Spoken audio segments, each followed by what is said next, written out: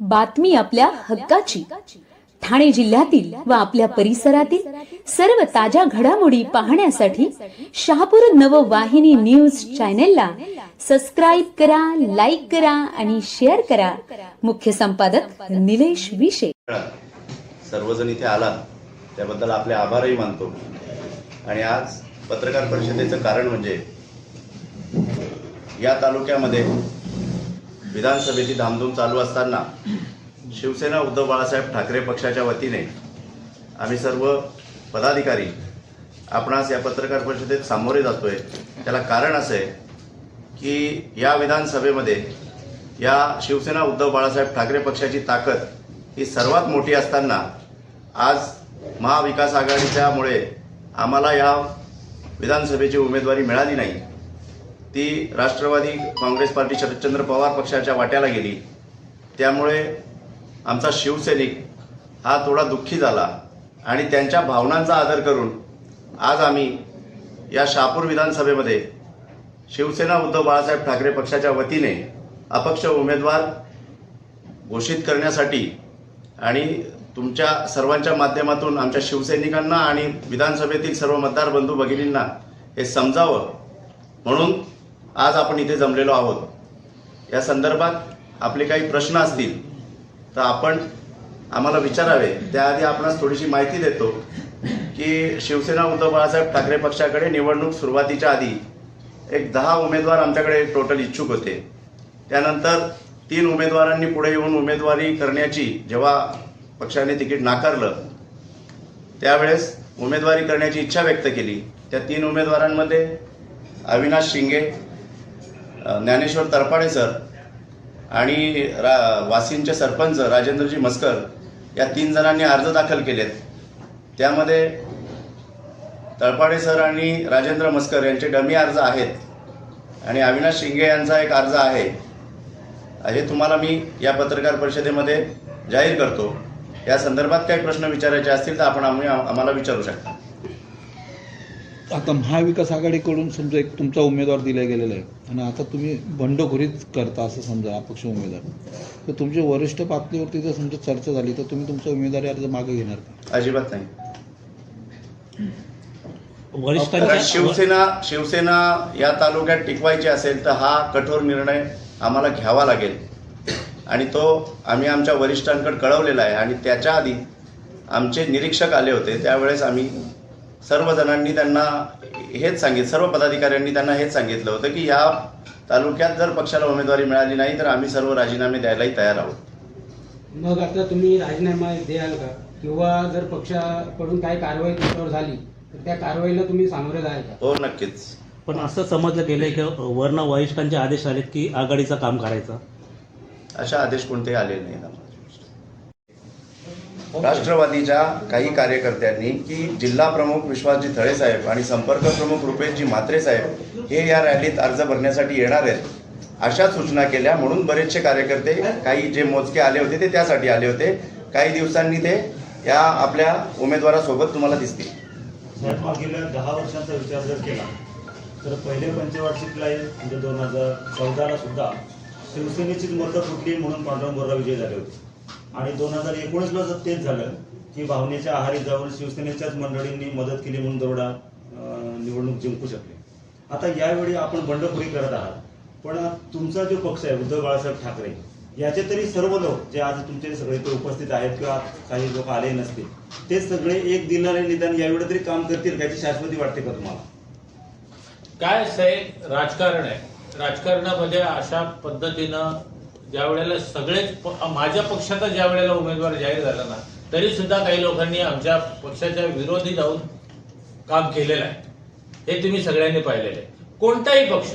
कोणत्याही पक्षाचा उमेदवार जरी जाहीर झाला तरी 4 आता पांडुरंग बरोबरांना जाहीर झाले. पांडुरंग बरोबरांच्या विरोधात त्यांच्याच पक्षातले लोक काम करत होते त्यांना तिकीट मिळू नये म्हणून. असे अनेक प्रत्येक पक्षामध्ये असे 4-2 कार्यकर्ते निघतात आणि शिवसेनेमधला 2-4 कार्यकर्ते इकडे तिकडे गेले.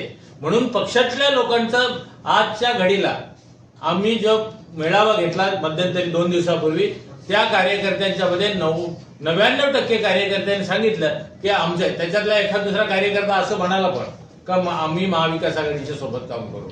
याचा अर्थ 99% लोकांच्या आपल्याकडे बहुमत आहे, लोकशाही आहे. 99% बहुमताचा कल असा होता की बंडखोर आपण उमेदवार उभा केला पाहिजे, म्हणून आम्ही हा निर्णय घेतलेला. थोडक्यात तो प्रश्न असा होता की आताची जी लढत आहे ही चौरंगी लढत असणार आहे. जर आपला उमेदवार जर त्या ठिकाणी कायम राहिला तर आताची जी लढत होणार आहे ही सिंपतीवर चालणार नाही. याही अगोदर जसं सरांनी विचारलं की 2 वेळा जी 2 टर्म झाली ती सिंपतीवर फिरवण्यात आली होती. आता तुमची नेमक्या काय योजना असतील, तुमचा उमेदवार निवडून येईल ही शाश्वती तुम्हाला कशी असणार? काही योजना असतात त्या सार्वजनिक करायच्या नसतात, निवडणुकीच्या कृत्या असतात, त्या सर्व लोकांना सांगायच्या नसतात. वरिष्ठ पातळीवर त्याबाबत सर्व तयारी गेली 2 वर्ष आम्ही एकच लक्ष होतं ही शहापूर विधानसभेवर भगवा फडकवणं आणि मशाल पेटत ठेवणं. त्यामुळे गेल्या 2-2.5 वर्षापासून पक्षफुटीनंतर आम्ही सर्व कार्यकर्ते एक दिलाने या निवडणुकीच्या तयारीसाठी लागलेलो होतो आणि लोकसभेनंतर तर त्याहून जोरात लागलो होतो. परंतु अपरिहार्य कारणाने महाविकास आघाडीच्या काही अटी शर्तींमुळे आम्हाला उमेदवारी मिळाली नाही. परंतु निवडणूक लढण्यासंदर्भातली सर्व तयारी आमच्या कार्यकर्त्यांनी आणि पदाधिकाऱ्यांनी पूर्ण केलेली आहे आणि आम्ही लवकरच जोरदाररित्या मुसंडी मारून या शहापूर विधानसभेच्या रणधुमाळीत उतरणार आहोत. भविष्यात ज्यावेळेस उमेदवार निवडून येईल असं जर गृहीत धरलं तर पुढचा शिवसेनेतच त्याचा हे राहणार की कसं असणार? अर्थात तो शिवसैनिकच उमेदवार. शिवसेनेतच राहणार. तर उद्धव बाळासाहेब ठाकरेंची शिवसेना असो की शिंदेची शिवसेना असो, म्हणजे पत्रकार म्हणून गेल्या 15 दिवसापासून मी अनेकांशी चर्चा केली या विषयावर. दोन्हीकडच्या नेत्यामध्ये हे कल आहे की चूक आमची असो की त्यांची असो, पण आमच्या हक्काची जागा आम्ही गमावलेली आहे. त्याच्यामुळे आज आम्हाला बघ्याची भूमिका घ्यावी लागत आहे. दोन्ही राष्ट्रवादी लढत आहेत आणि आम्ही फक्त बघतो आहोत. त्याच्यामुळे कदाचित या एका मुद्द्यावर तरी दोन्ही पक्षांचं एकमत होऊ शकतं की ते जागा ही शिवसेनेचीच असली पाहिजे. त्यामुळे मला असं वाटतंय का तिकडच्या सेनेकडून तुम्हाला असं काही पॉझिटिव्ह नाही, ते लगेच ओपन न करायला लावलं. ओपन केलं समोरच्या माणसाला शाळा करून द्यायचं. 4-2 राजकारणामध्ये असं नाही जमत.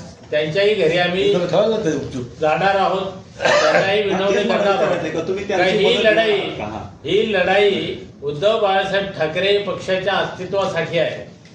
ही लढाई आपण आज तुम्हीच मगाशी म्हणालात पत्रकार म्हणून का शिवसेना या तालुक्यातला सर्वात मोठा पक्ष आहे. जर शिवसेना या तालुक्यातला सर्वात मोठा पक्ष आहे तर तेच आमच्या विजयाचं इंगित आहे. आम्हाला वेगळं काही सांगायची गरज नाही. सगळ्या पक्षांच्या पेक्षा अधिक कार्यकर्त्यांचं मनुष्यबळ आणि समर्पित कार्यकर्त्यांचं मनुष्यबळ ही सगळ्यात जास्त शिवसेना उद्धव बाळासाहेब ठाकरे. आणखी एक गोष्ट तुमच्या लक्षात आणण्याचा विषय आला म्हणून ज्या वेळेला दौलत दरोडाचं फॉर्म भरायला ही शिवसेना गेली त्यातल्या त्या जिल्हा प्रमुख होते का मारुती धिरडे? पाहिले तुम्ही? किसन मांडेसारखे काही प्रमुख कार्यकर्ते होते का? अशा बऱ्याच गोष्टी त्याच्यामुळे तुम्ही नोंद घेतली असेल. जिल्हा प्रमुखांनी आमचंही म्हणणं ऐकलंय, जिल्हा प्रमुखांनी त्यांचंही म्हणणं ऐकलं असेल आणि म्हणून त्यांचं काम आहे की जिल्हा प्रमुखांचं काम आहे की दोन्ही पक्षामध्ये समन्वय घडवून आणणे. तसा ते प्रयत्न करत असतील. साहेब, मग शहापूर तालुका हा शिवसेनेचा बालेकिल्ला समजला जातोय.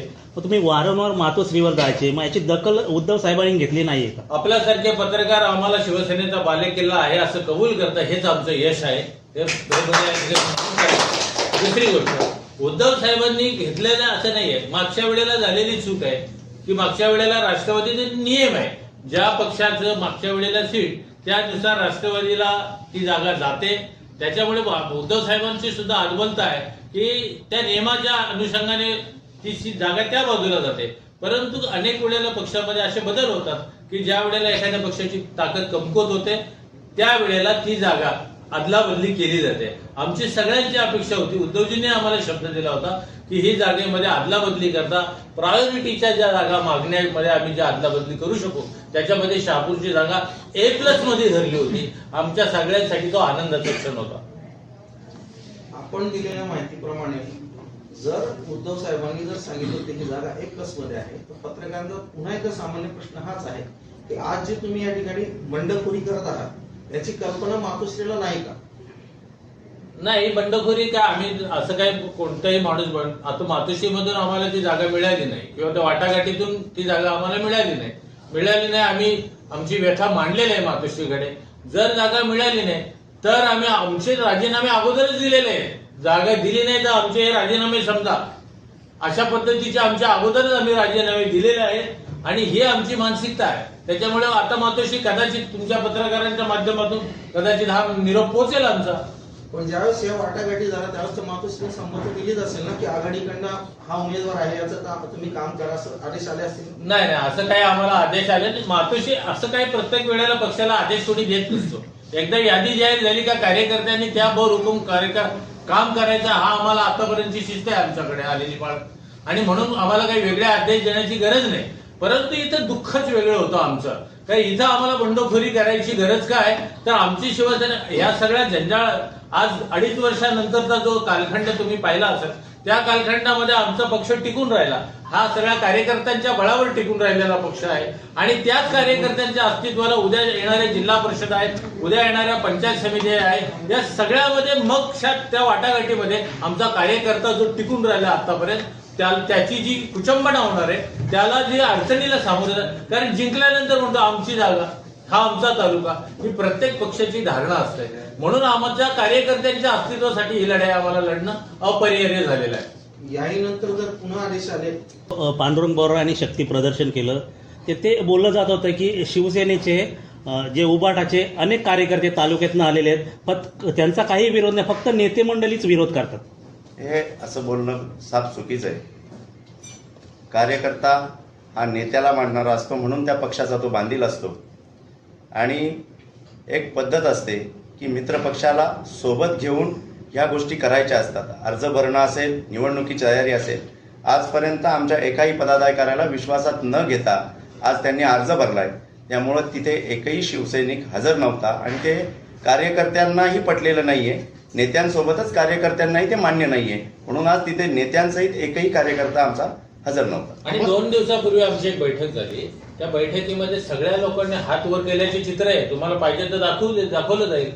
पक्षाच्या कार्यकारिणीची एक बैठक झाली, बंडखोरी करायची का, उठाव करायचा का, या संदर्भात सगळ्यांनी बोटं वर केलेलं पाहिजे तर तुम्हाला पुरावा आम्ही देऊ. जानके साहेब, तुम्ही आता सांगितले की तिथे एकही कार्यकर्ता नव्हता. आसनगावचे शहराचे बरेच प्रमुख कार्यकर्ते होते, त्यांनी प्रतिक्रिया दिलेली माध्यमांसमोर, मी स्वतः प्रतिक्रिया घेतलेली.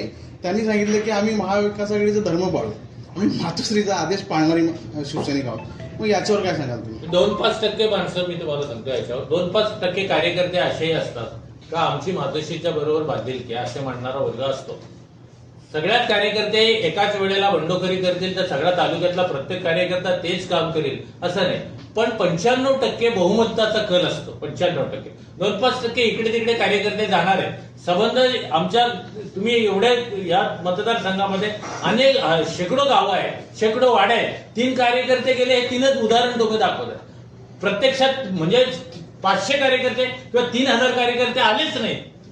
शिवसेनेच्या रॅल्या आपण पाहिल्यात, शिवसेनेच्या मिरवणुका आपल्या पाहिल्यात, तर त्याला 5-5, 10-10 हजार कार्यकर्ते अर्ज भरायला आम्ही आणलेले तुम्ही पाहिलेले, तुम्ही साक्षीदार आहात त्याचे. मग 3च कार्यकर्ते जर आले असतील तर तो करायचा आमच्या पक्षाचा तो विजय आहे, मोठी गोष्ट आहे आमच्यासाठी, अत्यंत दुःखात आमच्यासाठी आहे. आम्ही बंडखोरी करणं हे आम्हाला आनंद नाही झालेला. उद्धव बाळासाहेब ठाकरे किंवा मातोश्रीचा आदेश मानणारे यापैकी सगळे कार्यकर्ते, हा आनंदातून नाही, पण हे अस्तित्वासाठीची लढाई. साहेब